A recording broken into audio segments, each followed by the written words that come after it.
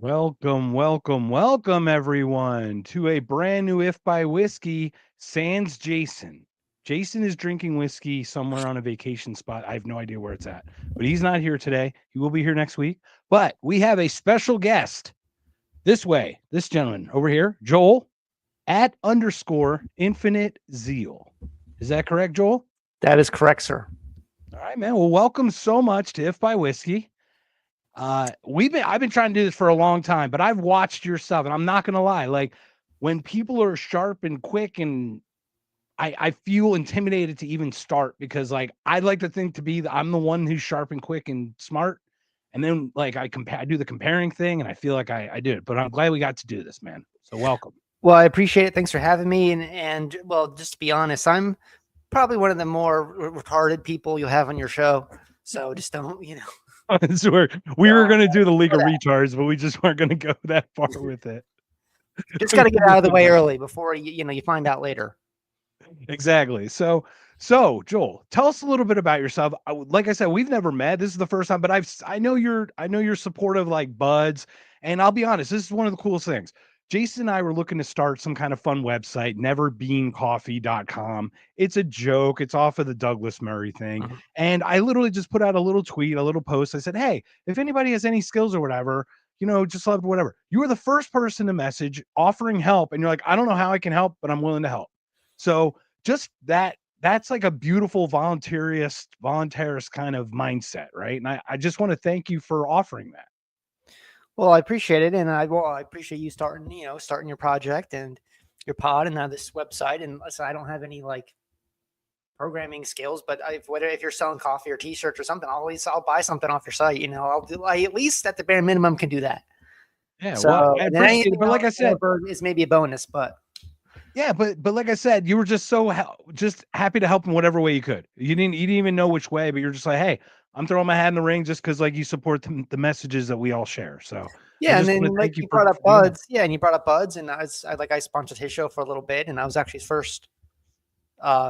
Technically, it wasn't, but his first like paying sponsor, I think. So I sponsored his show for a little bit, and I just try to like honestly, it's just about people who believe in what they're doing, right? They believe in the message they're preaching about liberty and so on. Maybe they're making music and stuff, but and I just want to support them any way I can, whether it's just in trying to be encouraging or buying some of their merch or whatever it is. I just want to because it takes a lot of commitment. And it's something people do every day. And then maybe a lot of people, they're not even monetizing it. They're doing it because they enjoy it or they're doing it because they believe in it. And to me, that's what it's all about. Those are the people I want to support, not a bunch of quote unquote influencers who are it's completely astroturfed and they're kind of paid to say certain things. I want to support people and help people who I'm aligned with and who I know are doing honest work and believe in what they're doing. And they're not like just shills or propped up or paid to say certain things. They're giving of their own time and energy. And I want to, however I can help, I'm here to help. And that goes for a lot of other people too. So that's basically what I'm all about. Well, I'm really grateful for that. So you mentioned the sponsorship thing because I was always curious. Is like, do you have a brand or a company that you have? Because I see the beautiful Zorro type Z on your shirt behind you. Infinite Zeal. It's a little less, just kind of starting to formalize it a little bit. It's just kind of my quote unquote mantra, I guess. So just maybe trying to formalize that in some way, but just using that and like I said, anyway, I can help support people and the libertarian, the Jace, ANCAPs, etc. kind of movement, I guess. Yeah, totally. That's really awesome, man. So welcome. So like, how did you start your journey into this libertarian thing? Because the one thing that buds, Sean, like I said, we talk about Sean. I love Sean to death. Sean is such a unique, special character. It's like it's so cool when he just starts going off. I just sit back, light up a cigarette, and just watch him go. It's a beautiful thing. But he always said no one started a libertarian. We always somehow got here. So did you kind of start this way or did you find your way to this kind of mindset? No, I definitely didn't start that way. I kind of grew up with kind of your mainstream conservative Republican kind of upbringing in that kind of environment. So a lot of like whatever, all the Fox News, that's the kind of stuff that'd be on TV growing up and that kind of thing. And then just, I don't know, I'm just kind of like a curious person, just so growing up there. And kind of school I was in. It was a conservative like school, religious school, but it was like a very like conservative kind of, everyone there is probably like Republican, that sort of thing's kind of from that kind of angle. And just so there would be times when I would just maybe find things that didn't make sense when we're taught in history class or government class. And I would just kind of like, well, this is weird. We're not taught about this. And so I would just kind of be like, just kind of curious. I didn't really understand anything about how really politics worked or anything at the time, but I was just curious and trying to learn. And then, but just kind of the more people like will not demonize, but say, although, we don't ask that, or like not answer the question or whatever, condemn the question. Just kind of make me more like want to know more. And so did you say it was slightly religious and slightly? No, it was a religious school, but it wasn't like overtly political, but everyone there is like conservative, Republican. Right. But with the religious aspect, my buddy talked about that. He went to a Catholic school growing up, and it was one of those things where there's certain things you just can't question. And that's all he had was questions. Right. It was one of those things where it was just one of those things like wherever like, and then as I got older, it was when I'm formulating my worldview. It's just when I was around kind of more, and I grew up in a blue state. I grew up in a red area in a blue state in New Jersey. So most everyone's liberal there, but there's pockets of red, and that's where I was. So when I'm around, right-wing people. South Jersey or? North Jersey. North Jersey, okay. Or Western North Jersey. I'd be considered more, oh, you're more liberal, and then you're around liberal people, like most libertarians, you're around leftist people, they think you're right wing. You're around right wing people, they think you're left wing. And then so you're really kind of nowhere. And then it's over time, you just start getting into things, and COVID kind of really opened my eyes to a lot of this, like, oh wow, this is all a bunch of stuff is law. All this, they're just lying about everything. What else are they lying about? So let's just start finding out things. So on Lincoln history, and then you get involved with the Mises Institute, and then you just follow Ron Paul and all these people, and you start learning stuff. And you're like, well, I was never taught about any of this stuff ever. So why not? Why is that? All right. And then just kind of going from there. Right. Exactly. So it's just giving a timeline. What years did you go to like junior high school or high school, like 9th to 12th? I graduated high school in 2013. Okay. So 13. So like 10 to 13, something like that. So yeah, like 9 to 13. I was in high school, I think. Yeah. Okay. So basically we just came out of Obama doing the bank stuff. So you must have heard stuff about it probably in school, but you didn't really think too much about it because it was right before. If this tells you anything, the first and only time I've ever voted was in 2012. That was my first time I was eligible to vote in a presidential election. I voted for Mitt Romney. And I thought that was because this my like upbringing. I did the same. I thought that was like, oh, Obama's like a communist, basically. And I remember specifically, like people I know still to this day, they would say things like, we have to vote for Mitt Romney because if Obama wins again, he's never going to leave office. He's going to be a king. Like, we're just repeating all the Fox News kind of scaremongering stuff. Like, he's going to be a king for life. He's never going to get out of office. We have to, vote for Mitt Romney, blah, blah, blah, blah. You look back now and I'm like, wow, like my voting record is Mitt Romney, Right. So right. Not great. Well, yeah. And what we're learning is obviously there's this larger force at hand that kinds to be steering the ship more than the left and the right. Right. Like, right. And what's funny is now you see people like, oh, we want Trump to run for a third term and a fourth, maybe they're joking or not, but it's just kind of funny. Like, oh my gosh, he's never going to leave office. And then it's like, oh, Trump, we should run him in front of third term.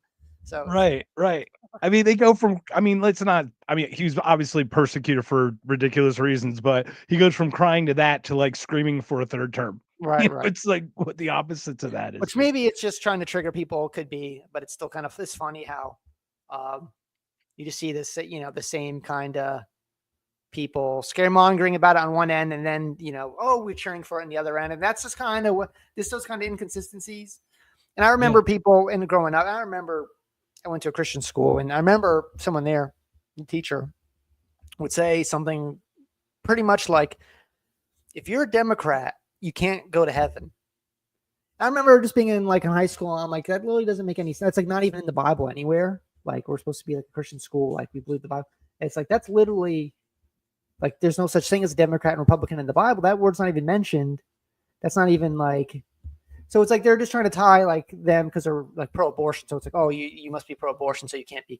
So it's like, but it's right. Like this stuff like that. Just the inconsistencies, I would just kind of start realizing and start acting like, okay, this doesn't make any sense, and then just And then the propaganda, slowly but surely over the years starts to unravel, and then you just kind of, you try to find what's true or not. Yeah, it's kind of interesting picking at the string. So welcome again. Welcome to another If by Whiskey, everybody. We're gonna talk Lincoln, I promise. Allegedly, there's some side to Lincoln that I haven't heard of yet, and I'm gonna try to stossel you. I'm gonna try to be like, how are you what on you're saying Libertarian is X and not have heard of it yet? some people said he held it together. Some people say he holds a nation together. So we'll try to see if I can John Stossel as best I can, but we'll see what we can do. But guys, everybody who's joined us, thank you so much. Unfortunately, Jason can't be with us today, but if you could do us a huge favor, if you could jump over to Rumble, we just got our channel, rumble.com/ifbywhiskey. Jump right on there, click follow or join Jason's Rumble. We'll put the banner up throughout the day. It's down here, but I want to make sure we have Joel's name up there, throughout the day as well. So you'll see that banner, but do us a favor. If you could do that, we'd really appreciate it. Any help would be grateful. Joel, thank you again for joining us. So we're talking about your journey. So you voted Mitt Romney once. So what happened 2016 then? 2016, I didn't vote, and it wasn't for like any particular reason. Like, I think actually I had a job interview in Washington, D.C. on election day in 2016. So that's like, I didn't vote because I was going to that. That's the whole day because I was in New Jersey at the time. I didn't end up taking the job, but it was just interesting. I was like, it was election day in 2016, and I was in Washington, D.C., like interviewing at a non-even like political like company just for something. So I didn't vote, and then so I was still kind of like in my conservative kind of. I was happy Trump won in 2016. And then it wasn't until like close to 2020 where I kind of started to find my footing and what I was, believed and everything. So yeah. So and then since then I hadn't voted out of this like pure like deliberately like, okay, I'm not voting because like this is just BS. Right. Yeah, and I voted Republican. I voted elephant since Bush Senior in '92. So I went just across. I didn't even vote Ron Paul in the odd or 12 or anything. I didn't vote. I just voted straight Republican because I'm like, I got to be honest, like lesser to evil for sure. I definitely wasn't going to go the other way. That's just how I saw it. I don't know why. I don't, it just felt like that's the way it was, because of, I guess, my upbringing and all that too. So this is interesting. It's like, did you have a specific moment that broke for you, or did you just slowly read more, or did you just get yourself more informed with stuff? Or well, it was just like during COVID, right? And you hear, and then that's when I started coming across more of like kind of libertarian people like Dave Smith and Ron Paul and that kind of stuff. I'm like, yeah, what they're saying, this is really good stuff. This makes sense because you are being like told all this. We all know the gaslighting and everything from COVID, and it's like, okay, this is nonsense. And then that's what kind of got me into the more kind of dissident camps, like libertarians and stuff like that. And then just being introduced to like I said, the Mises Institute, all their kind of historians, and then all the NCAPs and getting familiar with them, and I'm like, oh yeah, this is kind of like more my lane. What makes sense to me. They seem to be the most consistent across the board. Because another thing was, Tom Woods I think it was maybe been Tom Woods. I was watching old Tom Woods clips because he started out, I guess, with like in the neocon kind of. A lot of us did. Right. And so so he's talking about the war stuff. That's really kind of, I was like, yeah, because me, where I grew up, it's like very pro-life, right? And I'm pro-life. I think, abortion's murder and everything. So, but it's like, so they harp on the, in the right wing, they harp on, and I'm preaching to the choir, but harp on the pro-life, abortion's murder. And then when it comes to war, there's always excuses and justification and why killing 1 million kids there's no, it's worth it and not necessarily wrong. Leland Albright, I think, said that, right? Yeah. Then she's like, yes, it was worth it. Sure. And it's like, okay, so, aborting a baby's wrong. Okay. But then it's like, we have there's like, it's like you're telling me everyone's created in the image of God. Okay. That's either true or it's not. So that applies to people, civilians in wartime as well. And for some reason that principle doesn't apply with a lot of people in the right wing. At least it didn't. That seems like it is more. There are a lot of people in the kind of the right are at least being more vocal against kind of the war machine. So it was stuff like that just kind of was like, oh yeah, that is. I never I didn't think about it like that, or I was never exposed to like this kind of data or information about the war that we were all taught. There's all these legitimate reasons. We're always the good guys, never the bad guys. We always have a justifiable reason for everything we do. We're America, like we never do anything wrong. And I'm like, oh yeah, we're America. Of course we would. They're terrorists. They're trying to kill us. And it's like, oh okay, that was completely made up. You know what I mean? So right. Well, we are good. Our side is good. We are just good. That is what we are, right? I mean, and then it's, I guess it's just a little bit of like we all have be a libertarian. You all guess I think you just have to naturally just all have a little bit better pattern recognition than everybody else because you just start to see things happening over and you're like the autism, right? It's like it's like you're moving. You said this, now you're saying this, and then this keeps happening, and you're saying it's not. That's like, what it is. It's the consistency. It's we hold the standard true regardless. And I don't think that's even a moral thing. I think that's just like the thing. Like, I don't even think there's a moral aspect to it. I think it's objectionably the right way to do things. It's like we say, is this wrong? Regardless if it's this group or that group or the other group, right? Like, we look at these conflicts across the world and we're like, one side's good, one side's bad. You're like, okay. Yeah, just mathematically, like what are the chances a country that's been at war basically its entire existence for over 200 years, like what are the chances just mathematically that they're justified in 100% of the wars are always like there's always a good reason. This is just, you'd think they would at least, of course, after the fact, everybody admits like the Iraq war is wrong now, but when it matters, no one seems to have when it's politically acceptable to condemn the Iraq war, then everybody like John McCain's, that I was wrong about that. It's like, okay, well, when it mattered, you were all for it. So, I mean, sorry, that doesn't, I can't accept that. Right. So it's just that kind of thing. And then, I just can't take it. And like we talked about, we're going to talk about Lincoln but that's the thing with him. It was just like this essentially like, we're supposed to worship him. He's got a literal temple in Washington, D.C. He's on our money. He's on Mount Rushmore. Right. So there's a Lincoln Memorial where he's big Lincoln sitting in this thing with pillars, right? And he's on the back of the penny, right? Yeah, in the front of the penny, and then he's at Mount Rushmore, and then everything, and he gets his name is referenced for whatever every president wants to do something. It's you name drop Lincoln, so it's just the just refusal to like acknowledge like literal facts that like things that he did. And then, again, it's just like it's making, when your guy does it, there's always a good reason why he did it. You know what I mean? Jailing people for criticizing the regime. It's like, well, yeah, he had to do it for X. And so it's like, okay, so you don't really believe in free speech. You believe in free speech when Democrats are censoring speech. When your guys are doing it, there's a justifiable 100% good reason to do it. And so it's just like that just like bothers me so much, like those kind of contradictions. I'm just like, I don't know. I just have to like keep pressing. I think that comes with us in age. Yeah. Like if you're like, to your point, you're a pattern recognizer, you have a little bit more of an independent streak to you. You take a half a step back and you go, no, this isn't smell right. Something doesn't smell right. Right. Like, how is this not hypocrisy, to your point? Right. Yeah, and I'm used to being kind of like a contrarian and kind of being the like oddball, like only person, because like I'll go like I'm the only person in my family that really cares about any of this stuff. Most of my family's like in the sports and stuff like that, which is fine. But it's like but it's like I like to go in there and kind of press people's buttons about stuff, and people who are like believe all the propaganda, and then they're getting really like rattled and frustrated and that kind of thing.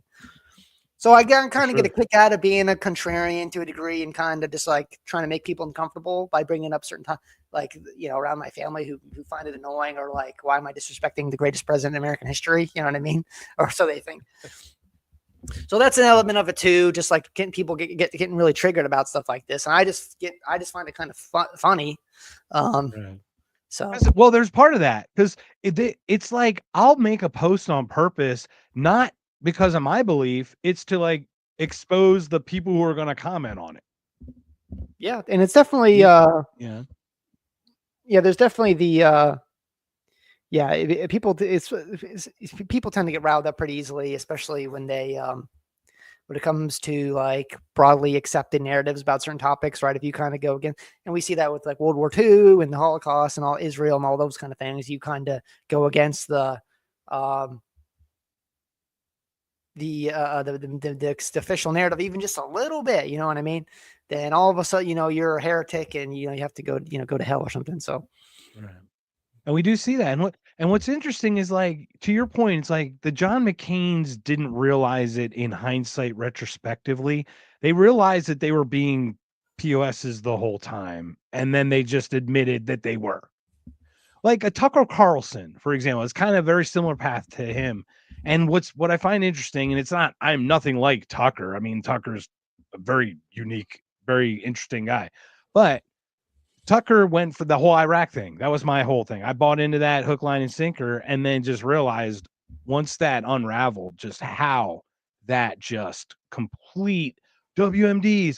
Oh, yellow cake uranium a week before we invade, and then you see like the new, the thing where they show the news alert with Iran having it and stuff, and you're like, it's a blueprint of the exact same thing you guys have been doing over and over again with these false flags and stuff. It's so crazy.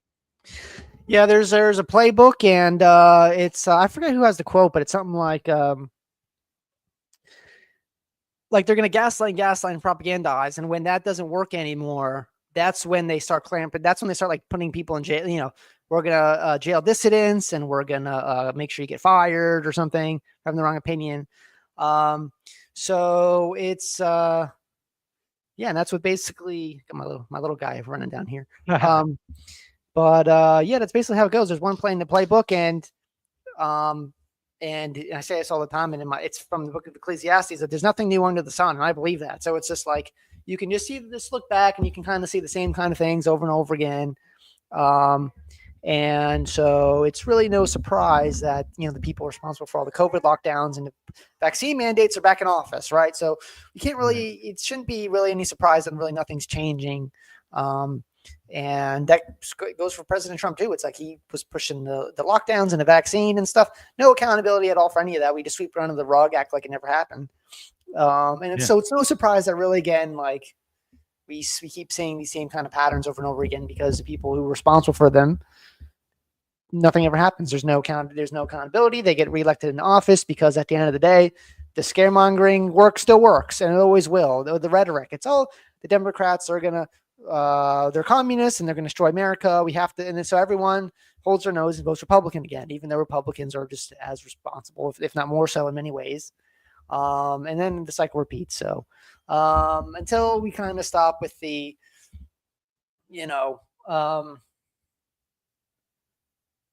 like making excuses and like for people like President Trump, it's like, oh well, he was they had the BS prosecutions, and they did. That doesn't mean like I'm going to like give him a pass for everything else that he's doing that I don't like or that's wrong or whatever. So yeah, like one great example for that is, do we want, I don't know, let's just say nobody wants illegal migrants in the country. But in order to get rid of every illegal migrant, you'd have to do a door-to-door search. Just that alone is like a Fourth Amendment violation, in my opinion. And I'm like, I'm not interested. You know what I mean? Like, just there alone. Yeah.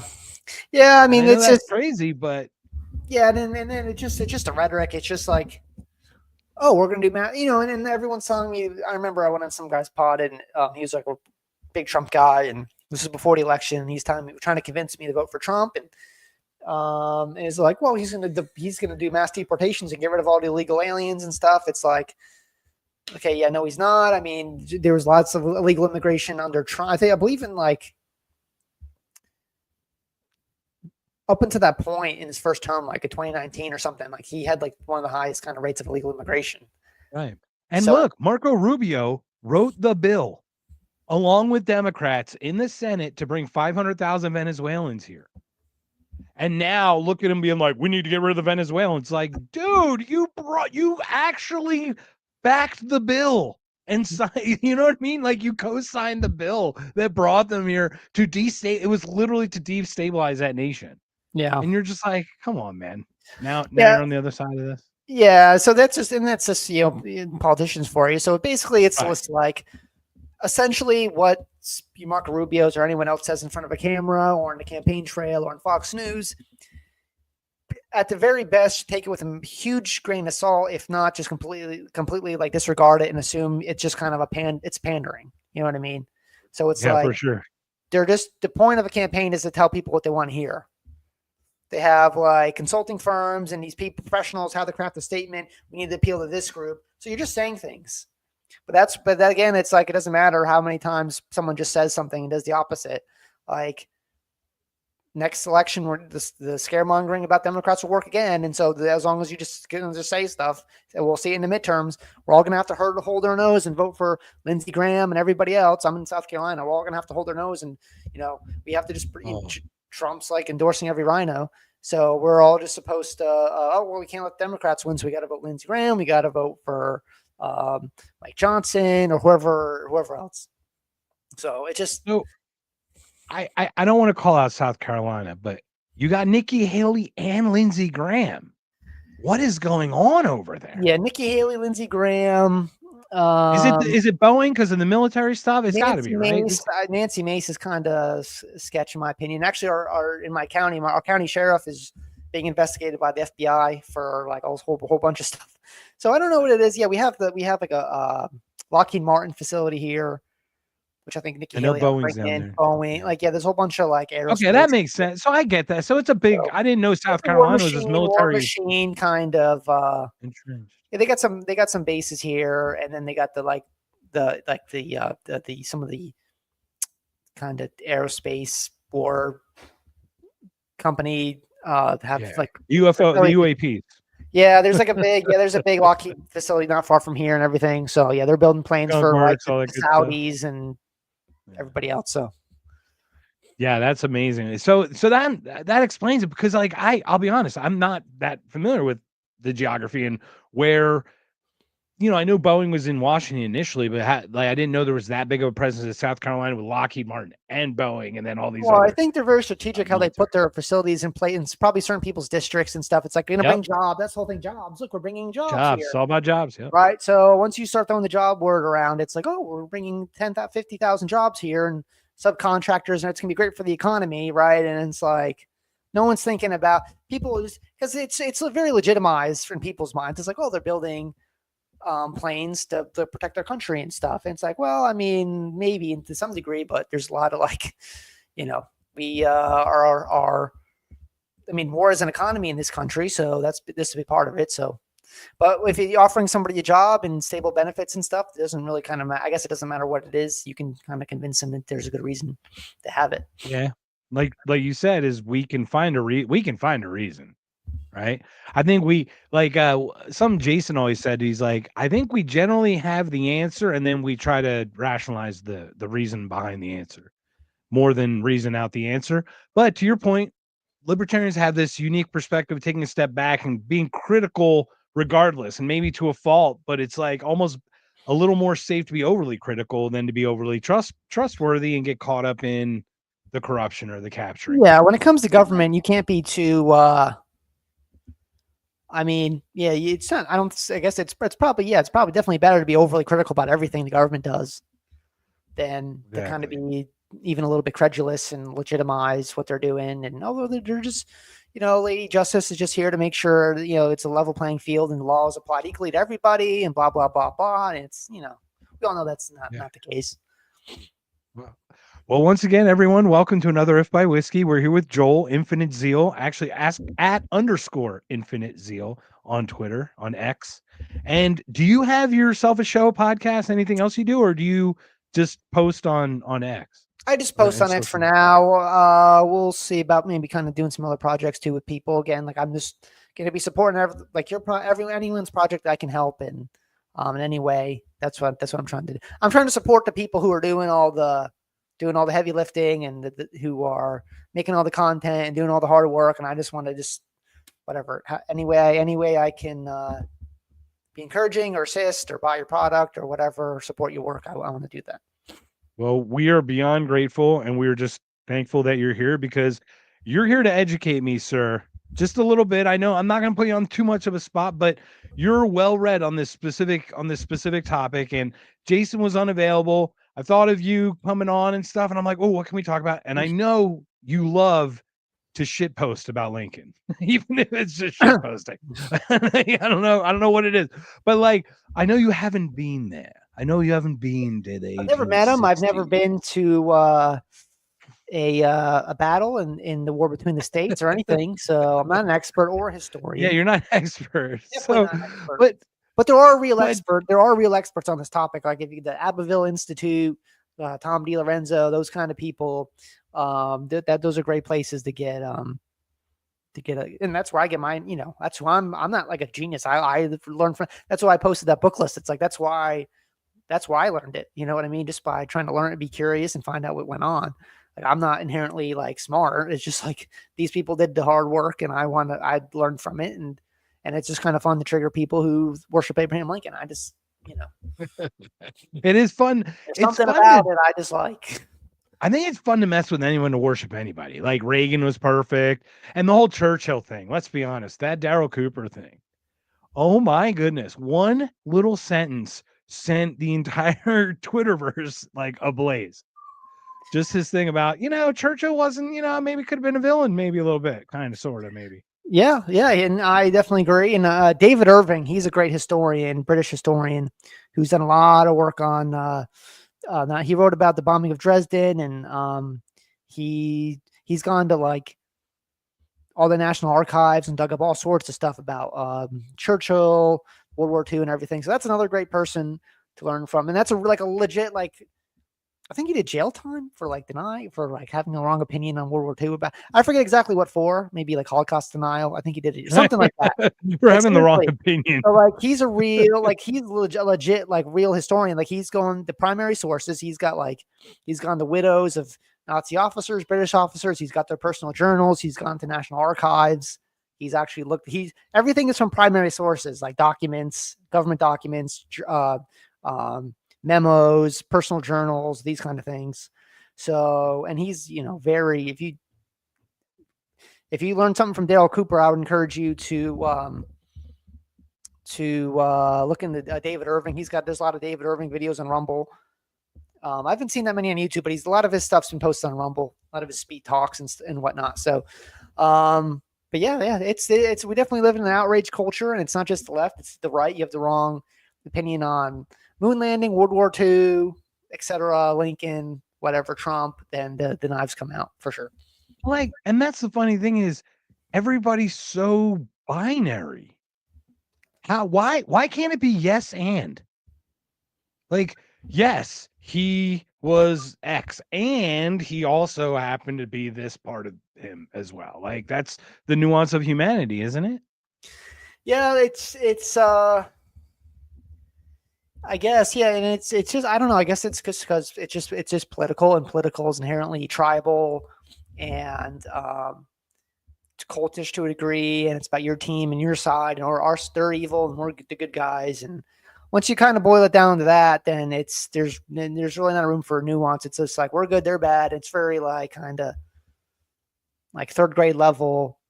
And once you start to learn about it, it's like, yeah, what you're taught is like a third grade level kind of like understanding, and the rebuttals are just kind of like, it's like, yeah, like why did Lincoln have to start a war? You can just say like Lincoln was the villain of the Civil War. It wasn't even a Civil War. Let me just start there.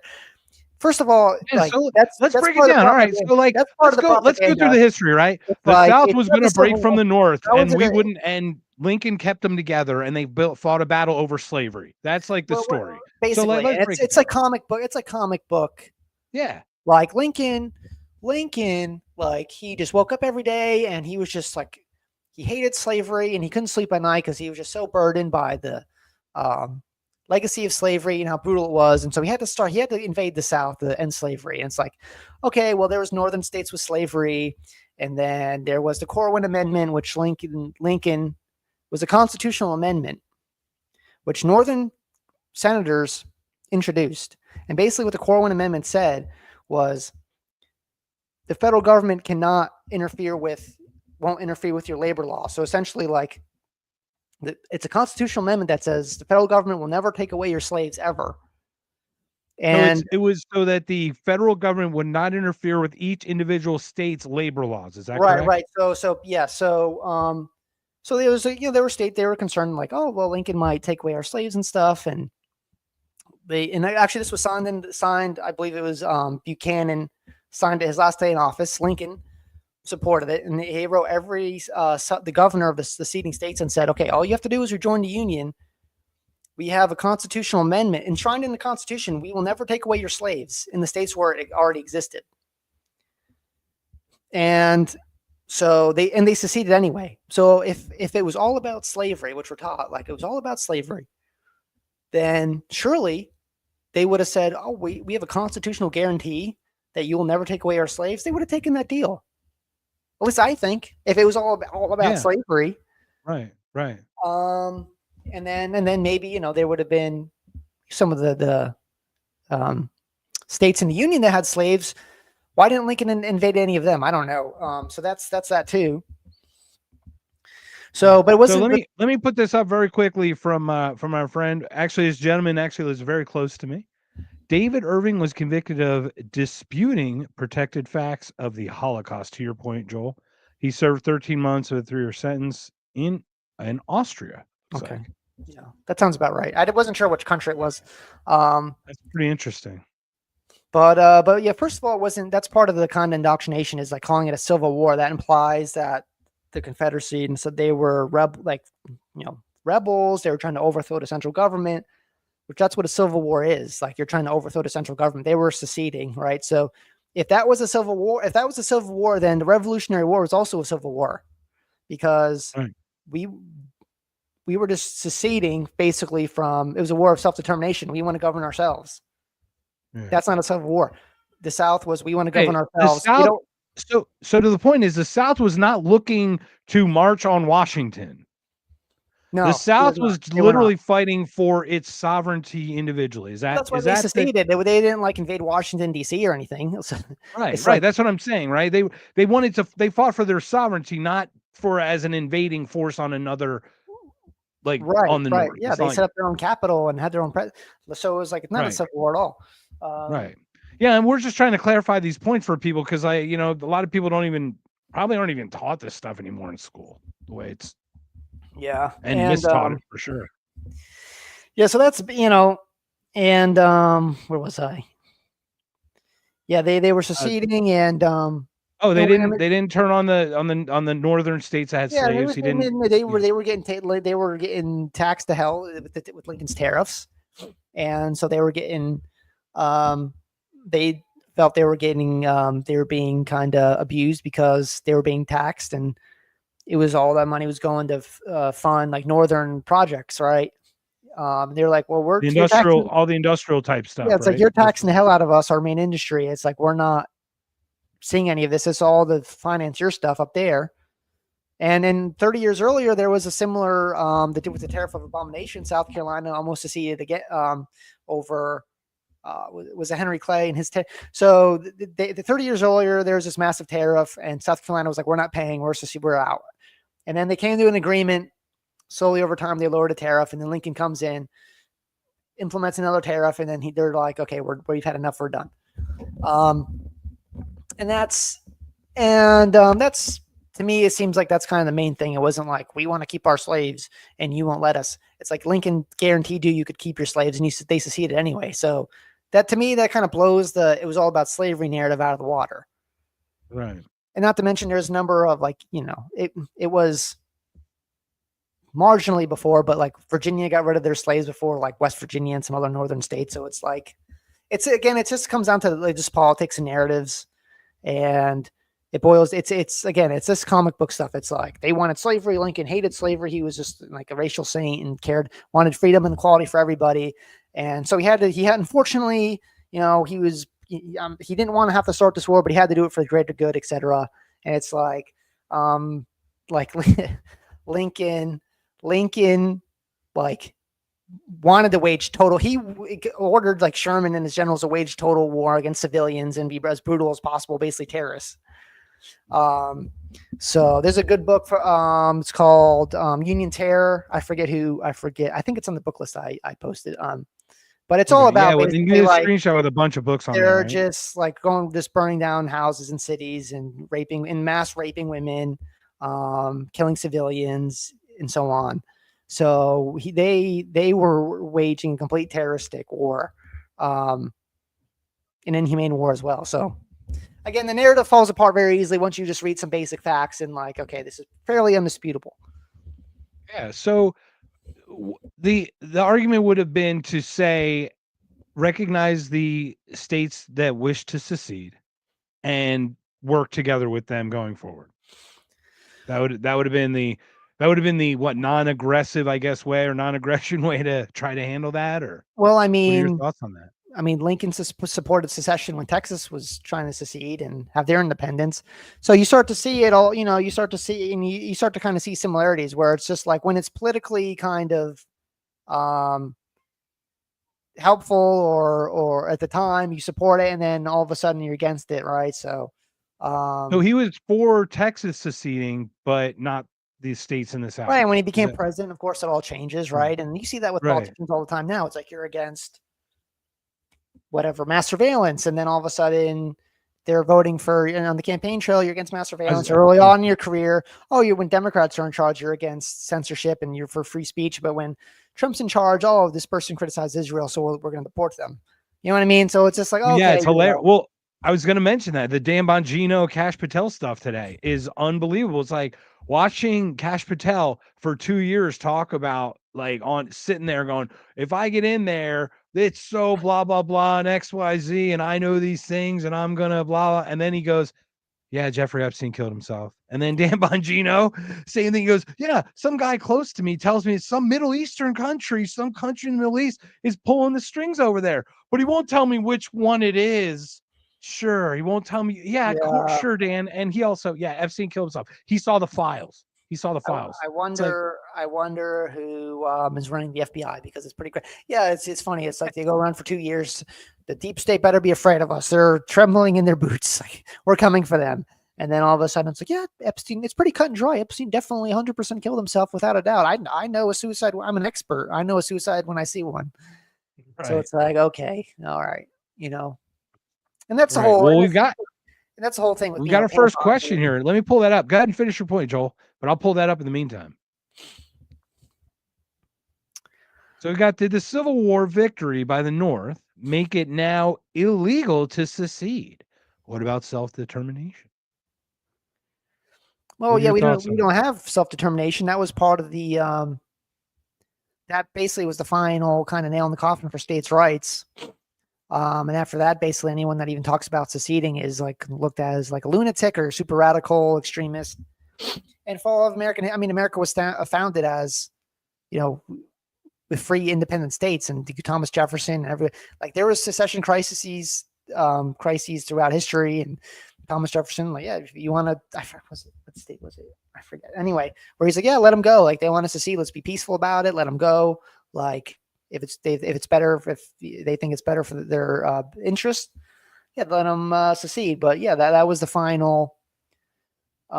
Lincoln's War was the final nail in the coffin for kind of states' rights and self-determination, because you hear anyone talk, you listen to kind of how the mainstream people talk about New Hampshire. It's like they're pretty radical up there, and they are like New Hampshire first people, that's how everything be.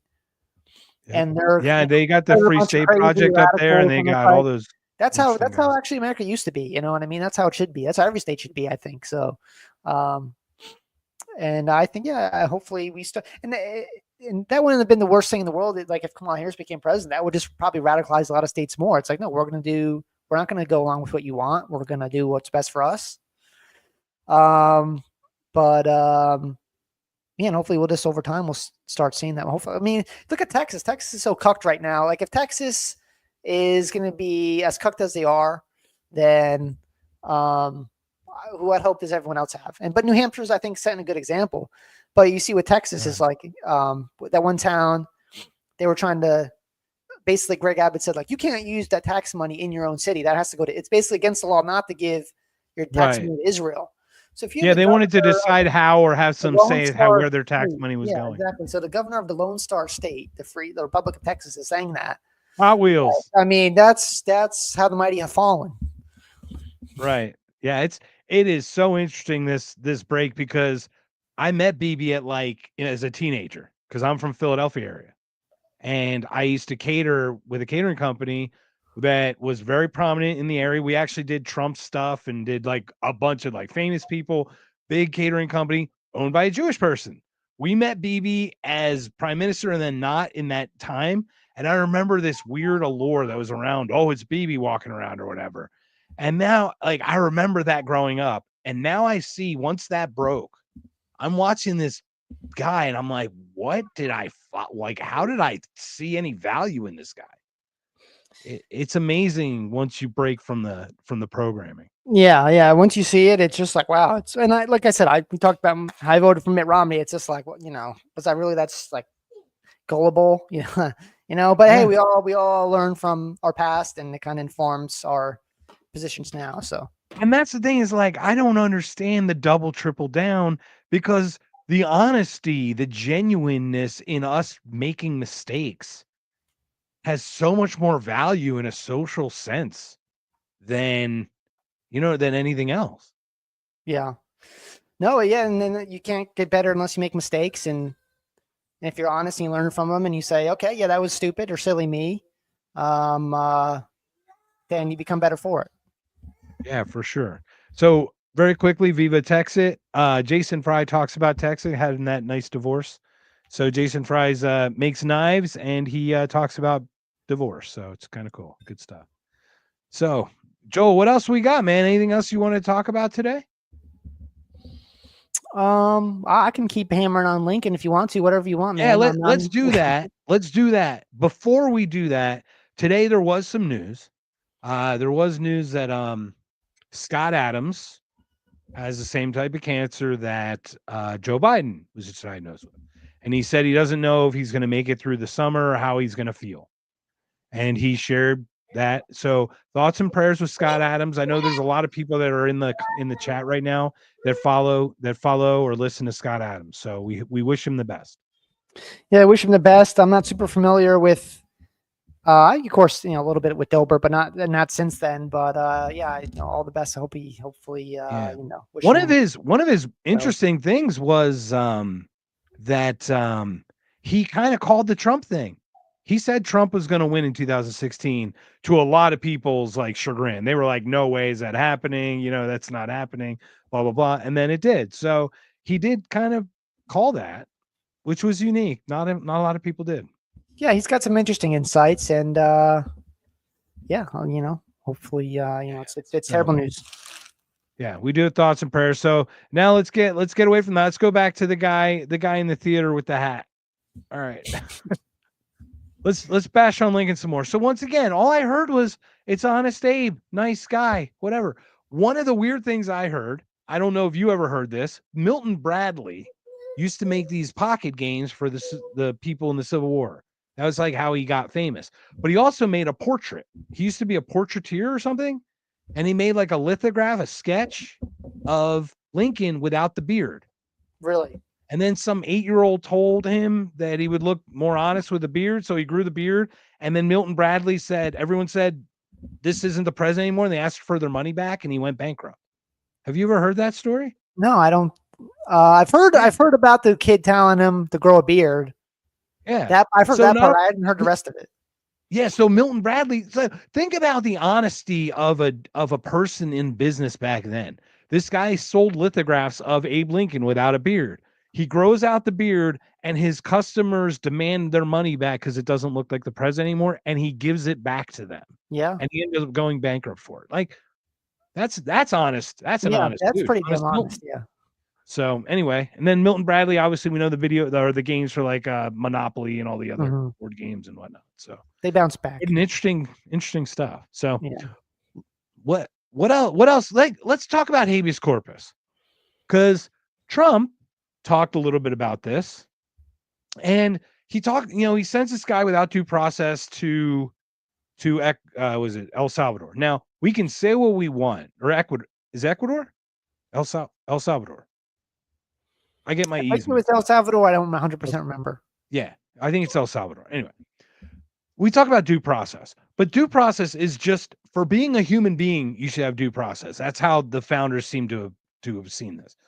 This doubling down on this seems to be weird, but like the thing when he said homegrowns, did you hear the comment about homegrowns? I don't think so.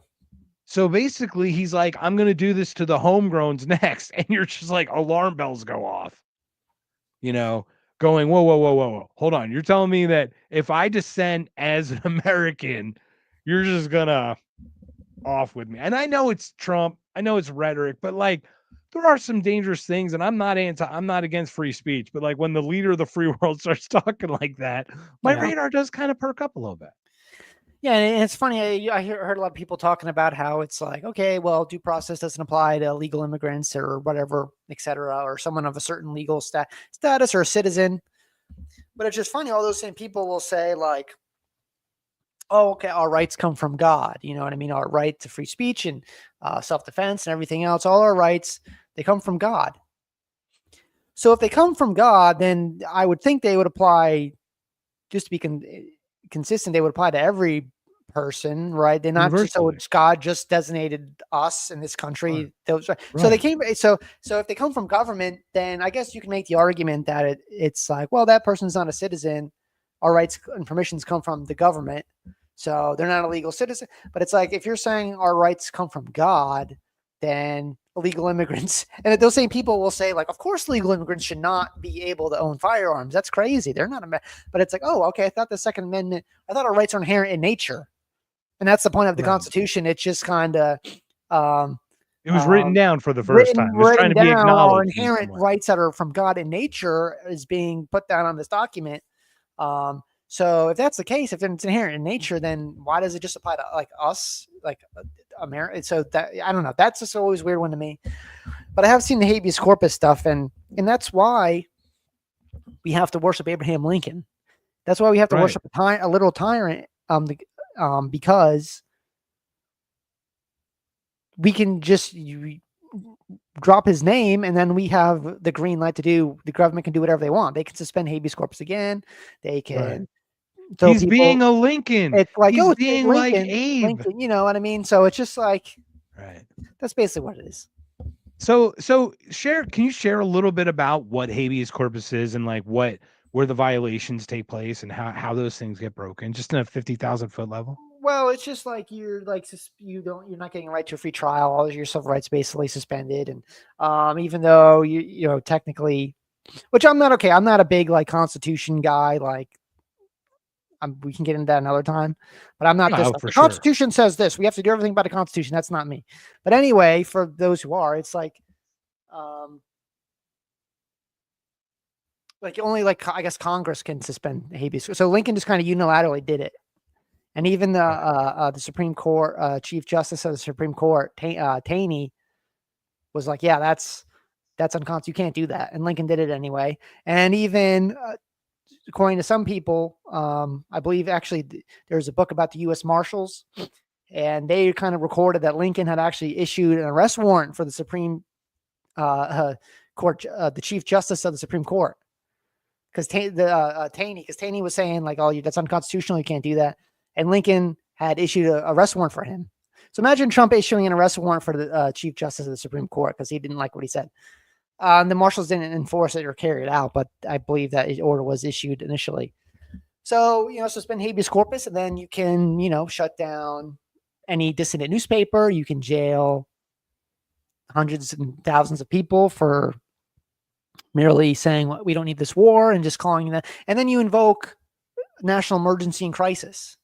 So, it's a war. Oh, you're siding with the enemy. You're with us, or it's basically like you're with us, or you're with the terrorists. Essentially, it's like right. Well, and the most recent example would probably be Japanese Americans in World War II in camps. Would that be the most recent example of America kind of, moving citizens out and putting them aside? And well, I guess there hasn't been. Yeah, I guess that was.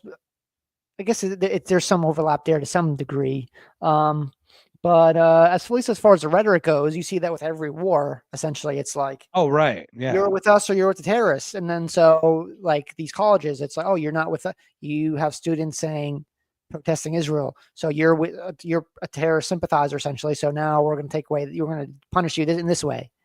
Right. So I I love guess we're that. not seeing the A mass criticism of a arrest yet, nation but state.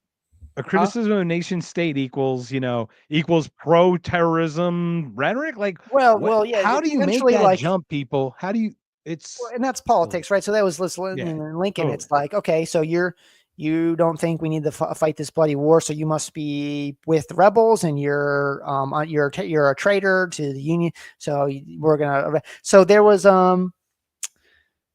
Francis Scott Key's grandson. Of course, Francis Scott Key wrote the Star Spangled Banner. Right. His grandson, his name was Frankie Howard, and he was like a newspaper editor in Baltimore, and he wrote a basically like scathing like articles about Lincoln and his paper annals, criticizing the regime and some of the things they were doing in the war and all this kind of stuff. And so Lincoln had him arrested. He wrote about it. It's called 14 Months in American Bastilles. And Lincoln had him thrown in the Fort McHenry, ironically. So, and Frankie Howard documents it, and it's basically like, I'm just at my house, and these basically police officers show up in the middle of the night and take me away. No trial, no nothing. It's like, oh, you're a traitor. Throw him in the dungeon. And so that's what they were doing to everybody. And he deported a congressman, and they were shutting down newspapers that were critical of It's them. crazy. It's crazy because, So, like, we'd argue one is one too many, right? Because it's right. just And any trample of the liberty. right. And then just having conversation, like talking to pro-Lincoln people, well, they'll say like, well, it's complicated. There was a war going on. It was a national emergency.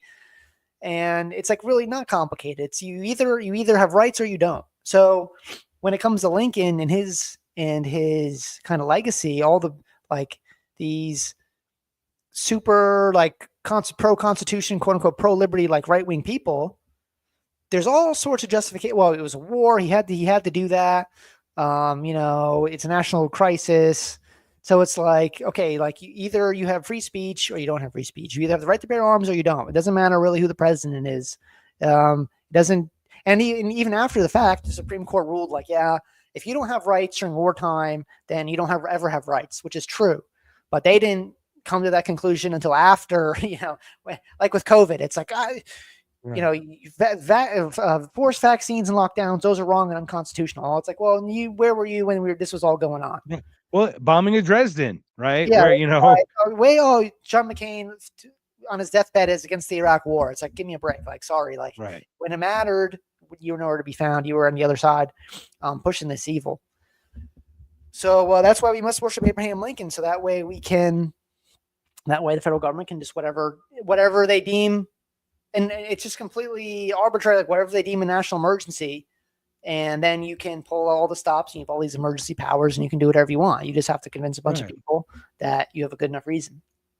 So the warship's a psyop in a weird way. I mean, look, there is certainly nothing wrong with the heroism of certain people, right? And having these stories. I mean, we live through narrative, right? But Lincoln being perfect, honest Abe is like, to your point, is like, well, if Abraham did it, then we can all do it, right? Like it's almost like softening us up. Well, you just convince people that again, it just classic political narratives. It's like completely tribal. It's like we're the good guys, they're the evil bad guys. And probably the most honorable man in that time was probably Robert E. Lee, and a lot of the Stonewall. Like Robert Lee is probably the most honorable man, like much more honorable and respectable person than Abraham Lincoln. If we're gonna listen, I'm not like necessarily build statues of everybody or put up monuments or definitely temples, because Lincoln's is a temple, and it's good to honor great people in history. And to the extent we're going to do that, it should be people like Robert E. Lee, and like not Abraham Lincoln, not General Sherman, not Ulysses S. Grant. None of the. What about Lee? What did it? Was it the character of the man? Well, he was just an honorable, God-fearing man and a good general, and he was fighting for like his state of Virginia, because there's a lot more.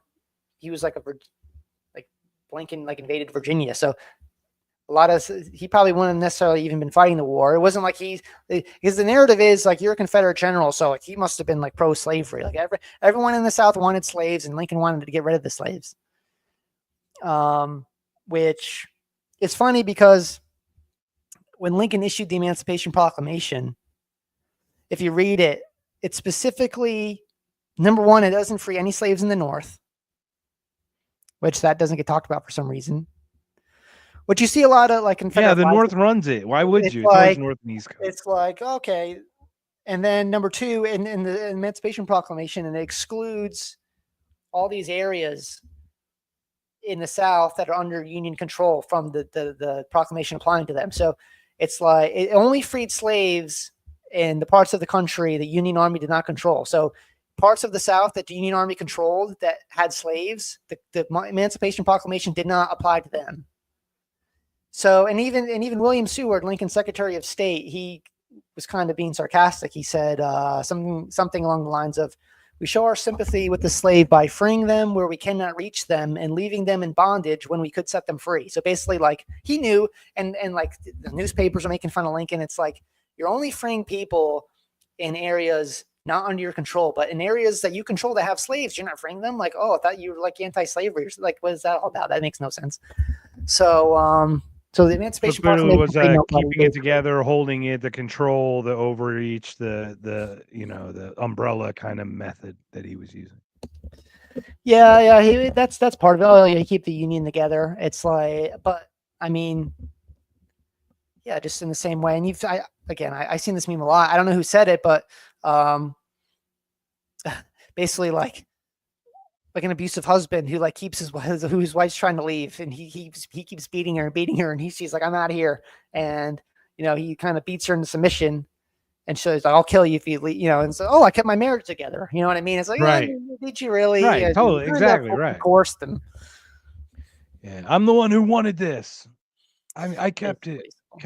So let's go back. Our good friend Thane, good friend of the show, he mentioned it earlier. Obviously, the flag in the background, State of Zeal.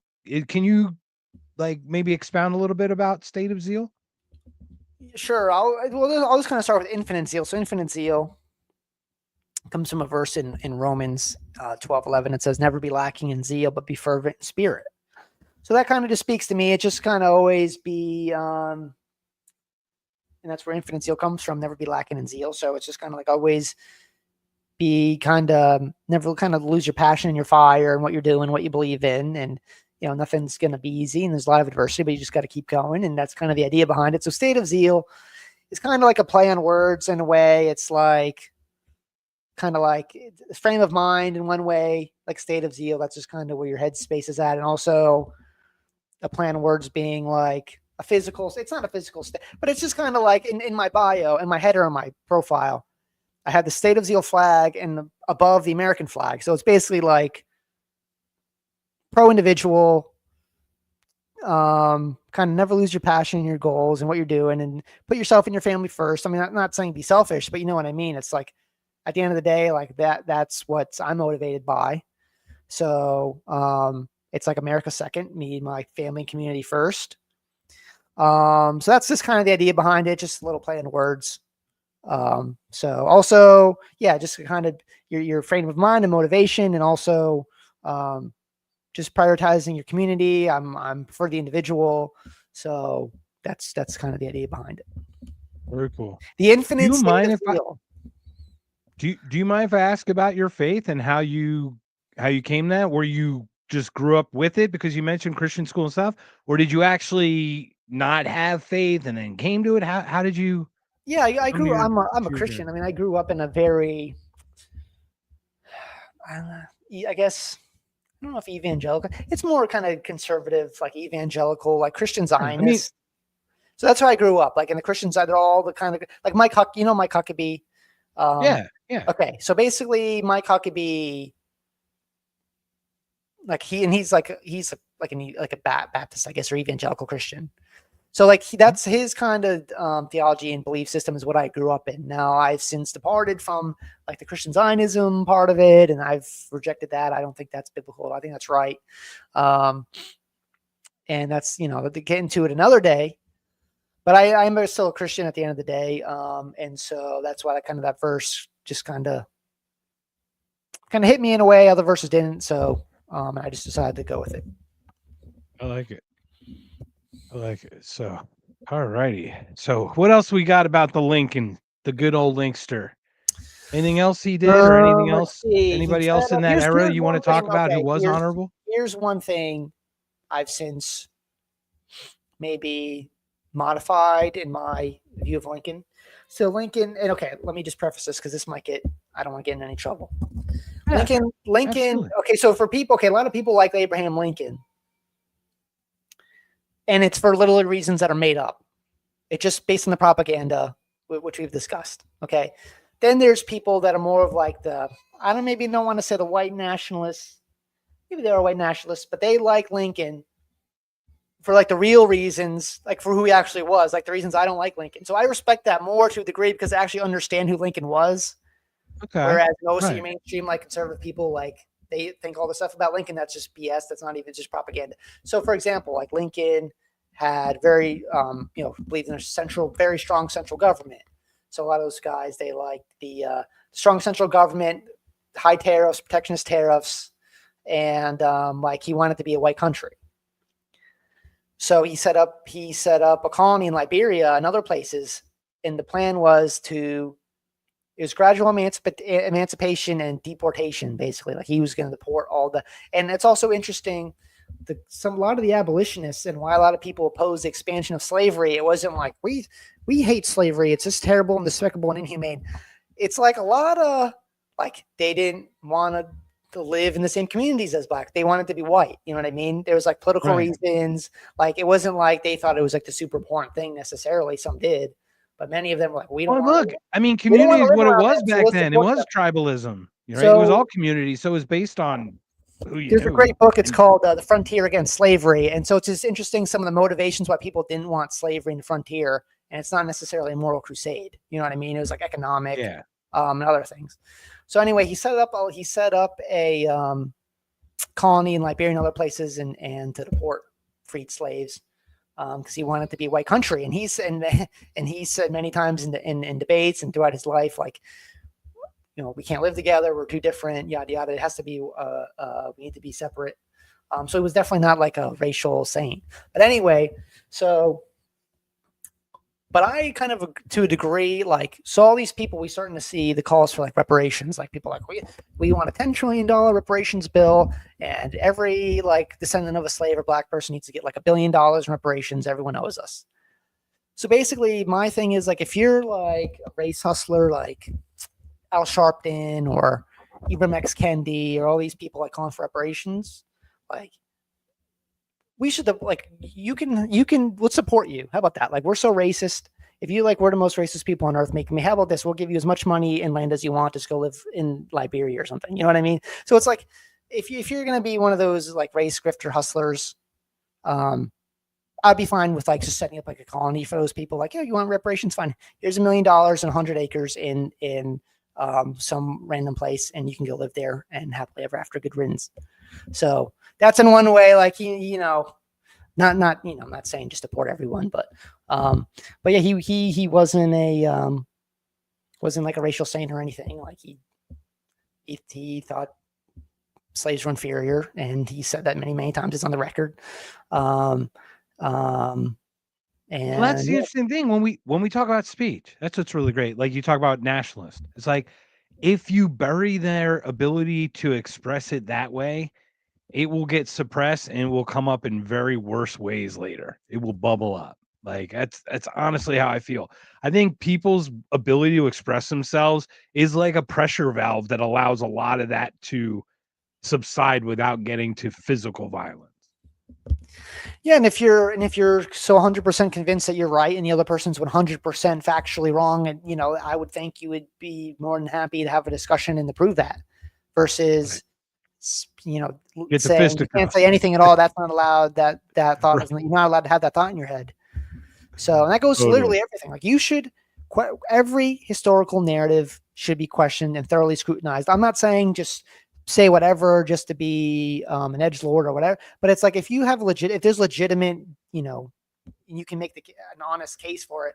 It doesn't matter what it is. I don't care. World War II, Churchill, Hitler, the Holocaust. Like, I'm not saying you're just trying to piss everybody off, but it's like there's legitimate questions to be asked, and like they should be asked. And maybe I'm wrong. So if I'm 100% wrong, and like what I believe is propaganda, then please show me how that's the case.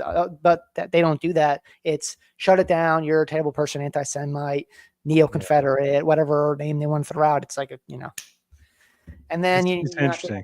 And then they'll accuse you of revisionist history, and you're like, no, you're just shading it. You're coloring it in. You're adding context, texture. You're adding things that just were hidden to complete the story. Like, it's nice to know that people are fallible, isn't it? A little bit, than these people being perfect, because they're not. No one's perfect. No one is, and like I don't know everything, but it's just like there's just certain things that are like just because I don't know. There's a different dissident or like revisionist but it's not even like revisionism. It's just like you're leaving out facts. Like it's just like you're omitting certain very relevant and important parts of the story. So let's talk about those. Let's talk about the things you're not discussing. And why can't we do that? So just like these pejoratives like revisionist and this and whatever they call you, like they'll say like a pseudo historian or something. But it's like, okay, so just show me like what's factually incorrect. Like he did, like literally Lincoln did all these things. So you either believe in rights or you don't. Like it's either applies at all times or they only apply when the president and the government says they apply. So and if that's the case, then we have privileges. So I don't know. I just try to be consistent. I mean, I know you try to be consistent, and that's just the thing with like libertarians and stuff. Small L libertarian, I guess. They're just the most consistent. Like with pro-life. It's okay. Yeah, abortion is wrong. Yes, also dropping bombs on kids is wrong too. Like that's wrong too. You know what I mean? Right. You can be pro-life across the board. Like either like what does pro-life even mean then? You're not pro-life, you're just anti-abortion. Okay, so it's a political issue. You're not consistently. You tell me, and that's the thing with like the growing up in the Christian Zionism and stuff. It's just like, okay, so we're all taught. You're teaching me that we're all made in the image of God, etc. And I believe that. But for some reason, these people over here in the Middle East are all like these kids are all savages, descendants of demons. They all need to die. So it's, I mean, it's like where does that? Are they not made in the image of, you know what I mean? So right, that kind of stuff, and then I find the self-acknowledged chosen people very similar to the master race. Like I'm sorry. It's just I understand the chosen was the struggle or whatever, but like the way it's used now is in a very elitist, better than way. Yeah, and that's a whole nother thing about like Christian Zionism and how that all came about and all that kind of thing. And it took me 12 or 20 years before I realized there's that part of it. Because I used to, when I was even 2016, I was like, yeah, we should support Israel. That's where we're good Christians and stuff. And now I'm a little bit older and I read, studied more. And it's like, yeah, the Bible really doesn't say like we're supposed to be supporting. Supporting Israel means we have to send them all our money and a bunch of bombs to go, and we have to fight wars for them. Like what? Like, how does that make any sense? That's kind of funny. Yeah, I mean, Christianity, Jesus was kind of socialist. I mean, he was a turn the other cheek, gentle, grace, offer, like very odd. Like that. Christianity is very conservative. Yet Jesus, I mean, in the time wouldn't have been a conservative mind in that. It would have been very radical, I would have thought, in that way. That generosity and that kindness and that. Yeah, I mean, it's definitely the best example in it, but it's just, yeah, I don't know. I don't know. It's because a lot of it doesn't make sense to me, and it's just like, honestly, it's like if someone would just answer a question or provide some, just back up your argument versus just name calling, it'd be like, then we maybe might get somewhere. maybe I'm missing something. You know what I mean? But Right. if someone disagrees and with you, and instead of like, okay, we have a disagreement. Okay, what do we agree on? Okay, we both agree that X, Y, and Z, and then you can kind of go from there on your discussion. But if it's like, oh, you disagree with me, you're this evil person, and it's like, well, we're like, you don't really want to know the truth. You're just people. Again, it's just the more Yep. tribalism and stuff, um, and Yeah, people need to there's a believe in couple of them, fairy like, right now, tales. open borders, intellectual property, I'm having a couple ones where I'm going, "What am I missing?" Because I'm not feeling the same way people I look toward feel about it or something, and it's not like they're wrong. I'm going, where am I at least using a North Star, some sort to start, right? And then adjust from there. Yeah, I don't know. It's but at the end of the day, I got something in my eye. I don't know what it is. At the end of the day, I mean, this is still the best time in history to be alive. I mean, it's just not a dull moment.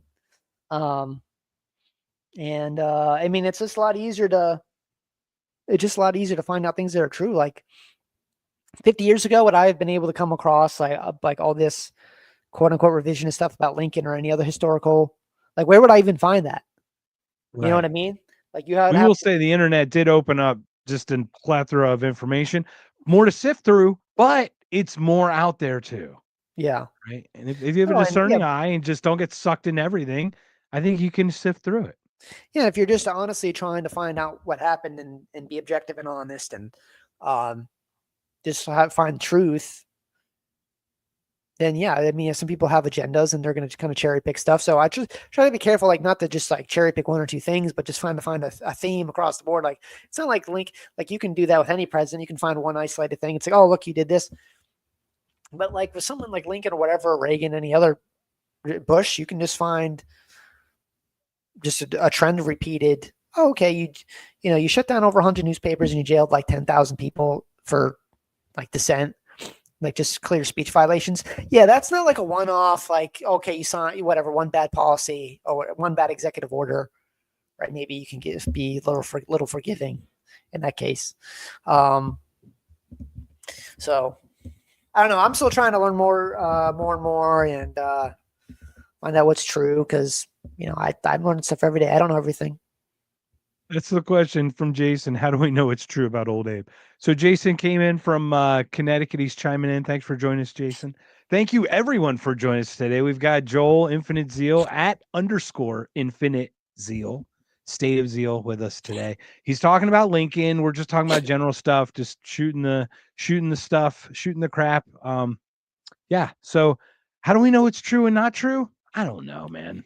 We just got to I figure know out. it's like I mean, but that's what the best historians like I was talking about with David Irving. It's like he's using primary sources. So if you start reading about Lincoln, like even Tom DiLorenzo's book Lincoln Unmasked, this is a good primer. This was I think the first book on Lincoln I read. And then, of course, he has all his references and stuff. You can go down the rabbit hole and get to all the primary sources. So you're just reading. Like for example, he asked, "How do you know what about Lincoln is true?" It's like, okay, well, we're taught Lincoln was like basically like hated slavery. He just thought everyone was equal, and this one freedom and liberty for all mankind, right? Okay, then so it's like, okay, I'm reading some of his speeches, and I'm reading some of the things that he did. I'm like, that's not lining up with what I'm taught about him. Right. You know what I mean? I'm taught like Lincoln, he didn't really want to have to start the war. He had to then slavery, it was a nightmare, and it had to be done because we couldn't have got rid of slavery any other way. Okay, well, number one, like everywhere else in the world, got rid of slavery without a war. Number two, Lincoln gave them a constitutional guarantee that he would never take away their slaves. Three, he said a whole bunch of like stuff that would be considered white supremacist today. So it's like, you're telling me this about him, and here's his own words. Here's what the newspaper said about him. Here's what people in his own regime said about him. And it contradicts your narrative. And it's just not like it's not like some kook, whatever, roast. It's just like, okay, this is actual letter, Lincoln. This is actual speech from him. Right. It's like DiLorenzo's kind of like the Horton for Abe Lincoln. Because like Scott Horton's book Provoked, literally, he's not making claims here. He's saying these are the quotes of the 4-star generals and the leaders and the world doer. Like he's not, you know what I mean? He's not making stretches here. He's literally quoting the people that are making the decision. Yeah, like they're being hanged with their own words and actions. So a good way to know is if anyone's like starts calling you names anytime you bring up like something factual that's kind of goes against the narrative. If you're called a name or they don't want to talk to you, whatever. It's like if someone, I mean, again, like if we're all wrong, if Tom DiLorenzo's wrong, and I have another book. It's called actually, let me just go get it. Yeah, absolutely. So so that was the one that Joel had recommended to me was Lincoln Unmasked, Tom DiLorenzo. I've Here's not another gotten it one. yet, but I think it's $5. $5 on Google. Yeah, So it grab wasn't it, about guys. slavery. And then, yeah. Exposing the Which great one's lie this? of the Civil War, or I'd say war between the states, or war of northern aggression, or war to prevent southern independence. It was not a civil war, but this is another good primer. And again, you just go there and there's all these references to letters and documents, and you can just go look up the primary sources and stuff. And why are these all lies? That's what I want to know. Like, why is he lying? You know, why is Tom DiLorenzo lying? You know what I mean? Don't tell me he's a neo-Confederate visionist. What in the book exactly is a lie? And please show me how it's a lie with other facts and evidence. But that doesn't happen. You know what I mean? So it's like all this quote unquote revisionism never gets really refuted or proven wrong. It just again with the names and all that kind of pejoratives. So to me, that's just a good signal to that. Yeah, actually, you know what? Maybe this is true. Yeah. So outside of DiLorenzo, is there another author as well that wrote a couple things? I'm trying to think of someone that wrote a few. I can't think of anybody off the top of my head. It's like obviously DiLorenzo seems to be a specialist in this portion of it, but once again, we do like that the idea of multiple sources or multiple people kind of sharing those things. Not obviously we trust Scott Horton's work, and he's kind of a solo guy out there. Yeah. So. Well, and that's the great thing about books is they have their references and everything. So I just go through and I highlight them and I go back later and I have a list. Okay, I read Tom DiLorenzo's book and here's all his references and such. And okay, and let me go look at go order some of these. Like when I say like the Emancipation Proclamation freed nobody. Okay, right. We're kind of taught in school, the Emancipation Proclamation, although that narrative seems to be changing a little bit. People are more acknowledging it didn't free anybody, but that's kind of like the schoolboy, like the school classroom version of it. It's like, okay, right. his own Secretary of State's mocking him because it's a joke. Lincoln, there was the, what was that conference called? The Hampton Roads Conference, where Lincoln and some of his cabinet met with like some of the Confederate leaders to kind of try to talk about a peace plan. Yeah, I don't remember it, the name of it, unfortunately. And it's the Hampton Roads Conference, I think. And but anyway, whoever the governor of Georgia was, I forget his name. He was there and he wrote all about it. It's well documented, and he has his firsthand account because he was there. And he talks about how William Seward and Lincoln kind of told him, like, yeah, actually only so many 100,000 slaves came under effect of the Emancipation Proclamation. There was like 5 million or whatever. So it ended up being like 3 or 4%. So it's like 97% were still like not affected by the Emancipation Proclamation. So it's like, okay, so there's a guy in his own words at a meeting with Abraham Lincoln and William Seward saying, Lincoln and Seward are acknowledging, yeah, only like 3% of the slaves actually there was any effect on them being freed, because he was trying to incite like slave rights and stuff. So like, it's just stuff like that. It's just, I mean, people's own words back then. Like, and for one more example, it's like to kind of shift to World War II is like it's like the folklore. The further the time goes, the myth can grow, right? Yeah, it's like the bombing of like Nagasaki and Hiroshima. It's like we had to do that because if we didn't do that, a million more Americans would have died. Number one, there's no way of knowing that. Number two, that's just a justification. So that's the mainstream kind of like Matt Walsh kind of explanation, like conservative or neocon kind of. We had to do it, but it's okay. But like Eisenhower, if I could Ben Shapiro for a second, we have to go kill everyone we can. Everyone must die. Everyone absolutely must die. Even though I'm a little guy who can't do a goddamn thing by myself, everyone must die. Everyone must just go to hell and die, just like that. That's a pretty good impression. Sorry. That's about right. It's like that's the and then but people like Dwight Eisenhower and other like admirals and high-ranking people in the military back then were like, we didn't need to do that because the Japanese were going to surrender anyway.